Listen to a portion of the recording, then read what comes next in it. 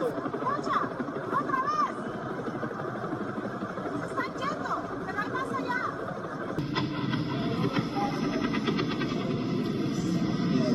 Welcome to Money Daily. In the early hours of January 3rd, local time in Venezuela, U.S. Special Operations Forces launched a raid on Caracas. In a military operation described as one of absolute resolve, they captured Venezuelan President Nicolas Maduro and his wife, Celia Flores. The entire operation took less than 5 hours. There were 0 U.S. casualties. On the Venezuelan side, there were also reportedly no casualties and no resistance. Maduro and his wife were flown by helicopter to the U.S. Navy amphibious assault ship USS Iwo Jima, and then transported to New York, where they now face U.S. federal charges related to narcotics trafficking and terrorism. After the operation concluded, President Trump personally released photos and declared it one of the most precise and effective displays in U.S. military history. He compared it to the Bush-era capture of Saddam Hussein, which followed 8 years of war and thousands of American casualties. Trump emphasized that this operation resulted in 0 U.S. losses. He stressed that this was not a full-scale invasion, but a surgical capture. But the story behind this operation is far more complicated than it appears on the surface. So let's break it down step by step. First, the background. In 2013, Nicolas Maduro took power after Hugo Chavez passed away. By the time Maduro assumed office, Venezuela was already sliding into economic collapse.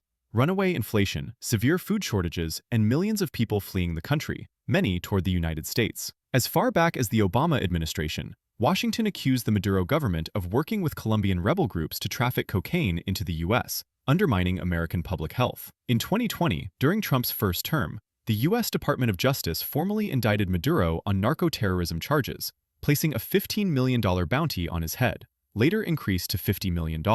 Maduro has categorically denied all of these accusations. Instead, he strengthened ties with Russia and Iran, allowed Iranian influence to expand inside Venezuela, and even seized assets belonging to U.S. oil companies. After Trump returned to office for a second term, Venezuela was elevated to the top of his national security threat list. By late 2025, Trump issued a final ultimatum.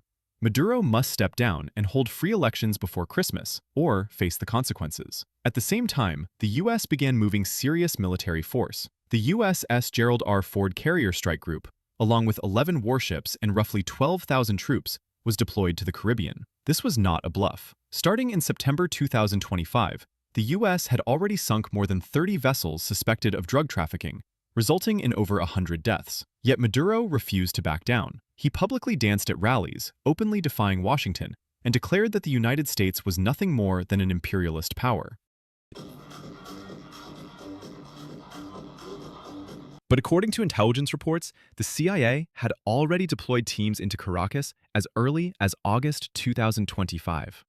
Working with local informants and stealth drones, they mapped out Maduro's daily routine in extreme detail, down to his movements, his clothing habits, and even his pets. This operation, known as Operation Absolute Resolve, was discreet, precise, and conducted during the darkest hours of January 2nd, and was the culmination of months of planning and rehearsal. We watched, we waited, we prepared, we remained patient and professional. Around 2 a.m. on January 3rd, 2026, the operation began. It started with a massive air assault.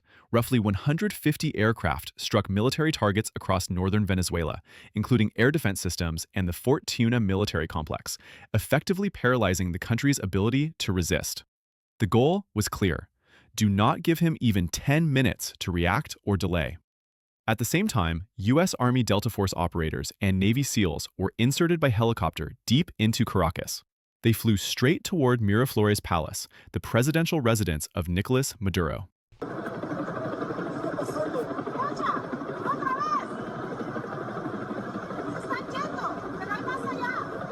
According to a U.S. military general named Dan Kane, the troops were equipped with specialized tools designed to cut through reinforced steel doors.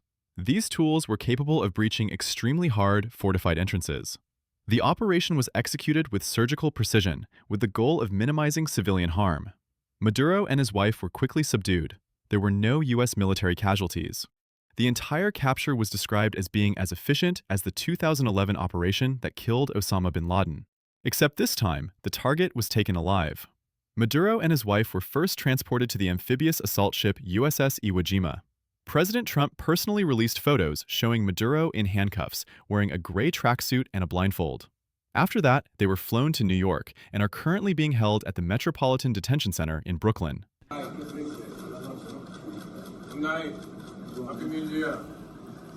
On Monday, they are scheduled to make their initial court appearance. After the news broke, reactions were sharply divided. Venezuela's opposition and diaspora communities celebrated. And I just want to thank you, America. Thank you for giving us this opportunity to work. Many described it as a breath of fresh air after 20 years of dictatorship.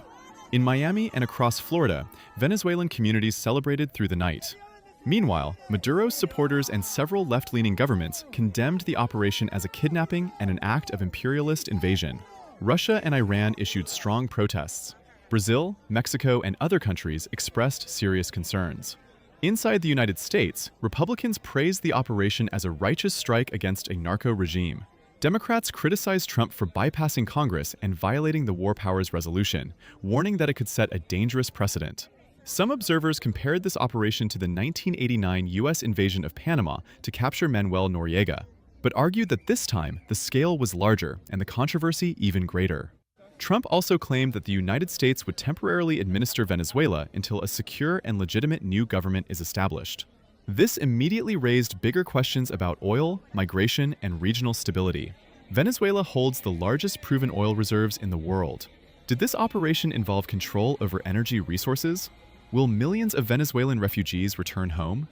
No matter what, this event marks the hardline approach of Trump's second term and brings an end to the Maduro era. But whether Venezuela's future will be a stable transition or descend into new conflict remains deeply uncertain.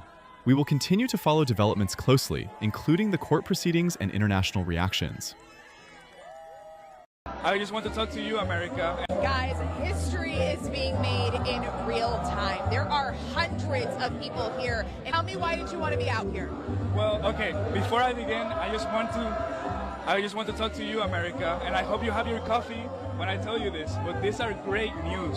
All eyes on Venezuela. These are historical news. This is history in the making. I mean, my chest, it feels like it's gonna explode with joy.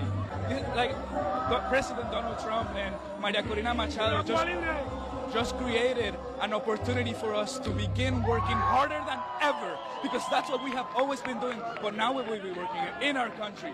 But, you know, we also have worked so hard here in the United States to build so much things, and I just want to thank you, America. Thank you for giving us this opportunity to work. Yeah, come celebrate with us. We love everybody because you, America, has loved us so much, so much. Thank you, America. If you have your own thoughts on this, feel free to share them in the comments. Like, subscribe, turn on notifications, and we'll see you in the next video. Thanks for watching.